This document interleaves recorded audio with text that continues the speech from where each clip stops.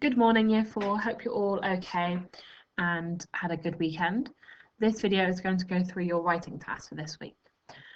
So this week, the focus is to write a biography.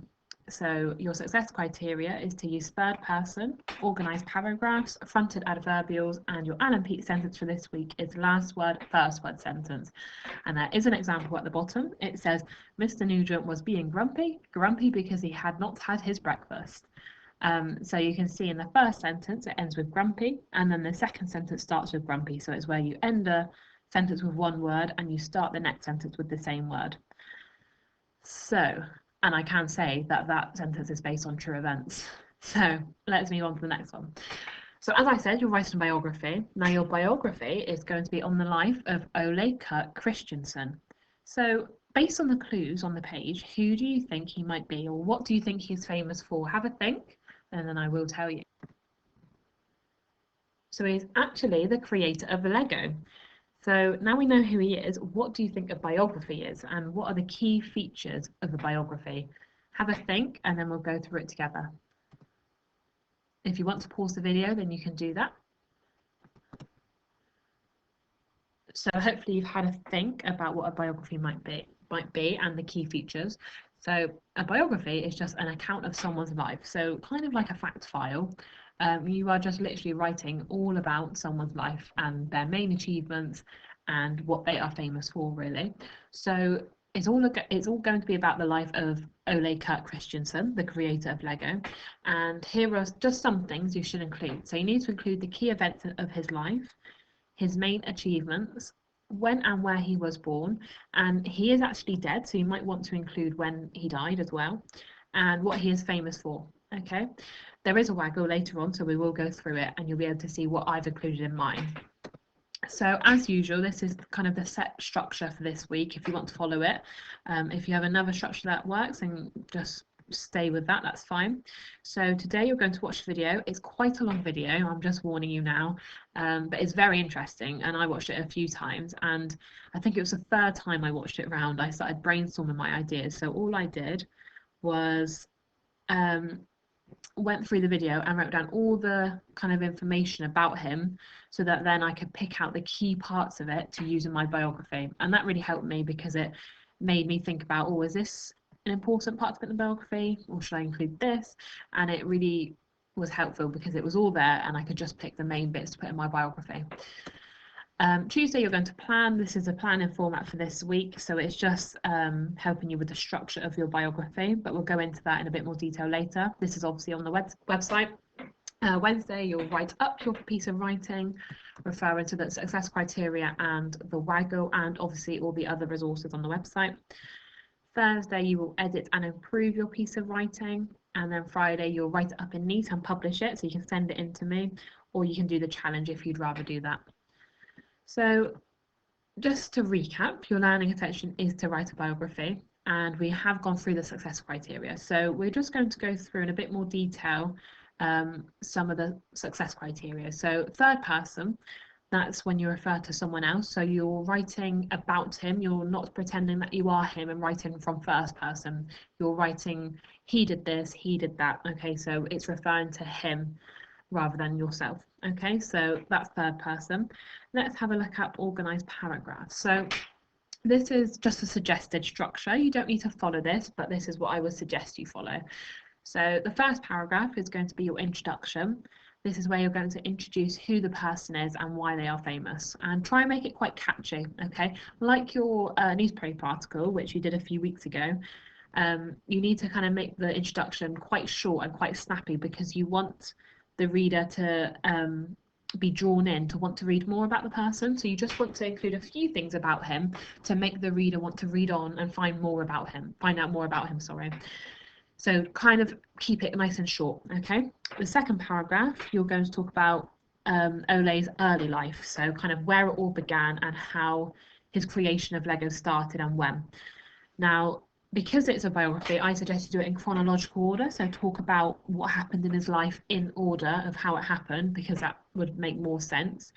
So then in the third paragraph is when you'll write about the later life, okay? So you'll carry on and talk about what he has achieved, discuss his main achievements, and he actually had his son involved in the creation of Lego. So then you could talk about, after he actually died, what his son did for the Lego business and how it became such a mass-produced toy that we all know today. And then the fourth paragraph is your conclusion. So that's where you'll summarize everything and his main achievements and what he's famous for, really. So that's just a quick summary of the biography. So hopefully that helped. Front and adverbials. We've been using those lots and lots. So this is just the Twinkle word map, which is on the website. This is something that I use as well. It's really useful because if you're not sure about which adverbial would fit best in a sentence, you can have a look at on here and pick the one which you think sounds the best in the sentence. So make sure you use this, and remember to use your comma after your fronted adverbial in your sentence. And then lastly, your Alan Pete sentence, your last word, first word sentence. So this is just made up of two sentences, and the second sentence begins with the word or phrase which the first sentence ends with. So there are some examples on here. It says building the new motorway would be disastrous. Disastrous because lots of houses will need to be destroyed.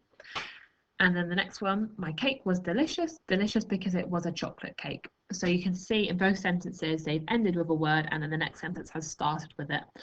And it's that simple. We have done these in school as well, so it should all be coming back to you now. So before we move on, that should be, can you think of your own last word, first word sentence? Sorry, I didn't spot that earlier. So pause the video, see if you can think of your own last word, first word sentence. So now we've gone through the success criteria. Hopefully it makes a bit more sense to you.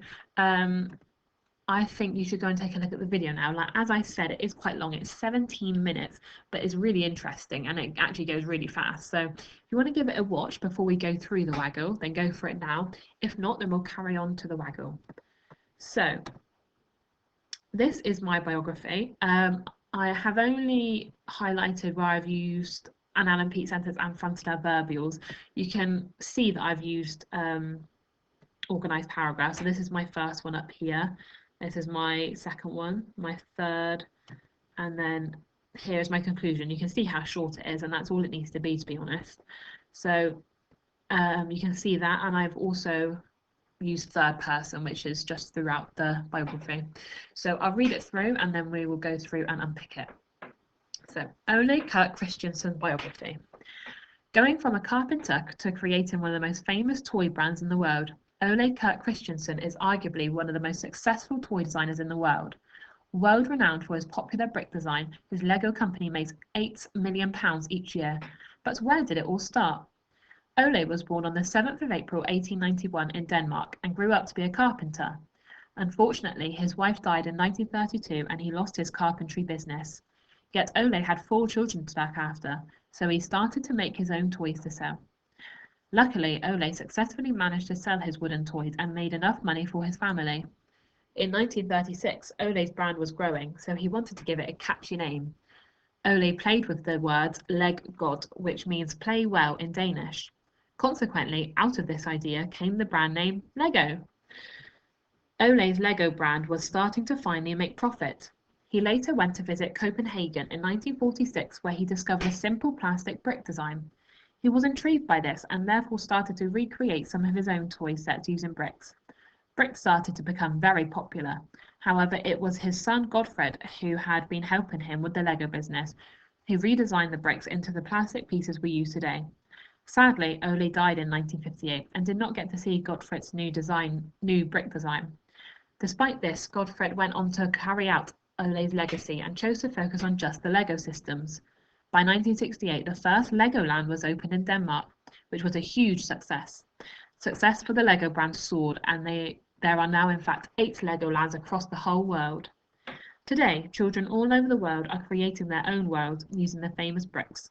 Thanks to Ole, Lego is one of the most popular and best-selling toys of all time and is a household name all over the world. So, as you can see, I've used quite a few fronted adverbials. They are in blue. So most of them are from your word map, which you can use. I've used 3 Alan Peake sentences. You can see those in red. So you don't need to worry about doing it in using one in every paragraph. Just use them where they kind of fit best, really. And you can see in the introduction is very short, and it just kind of tells you who he is, and it has a question on the end, so it draws the reader in to want to know more about it. And then the next paragraph talks about when he was born, and it talks about how it all started. Okay, so his early life. And then the next one talks about his later life, and where it all started to build up and how his achievements all came together. And it also talks about when he died and what happened to his son afterwards, and how he went on to kind of carry out his Lego ideas and things. And then the conclusion, like I said, is really short. It's just 2 sentences just to sum up what he's done and what his achievements are, really.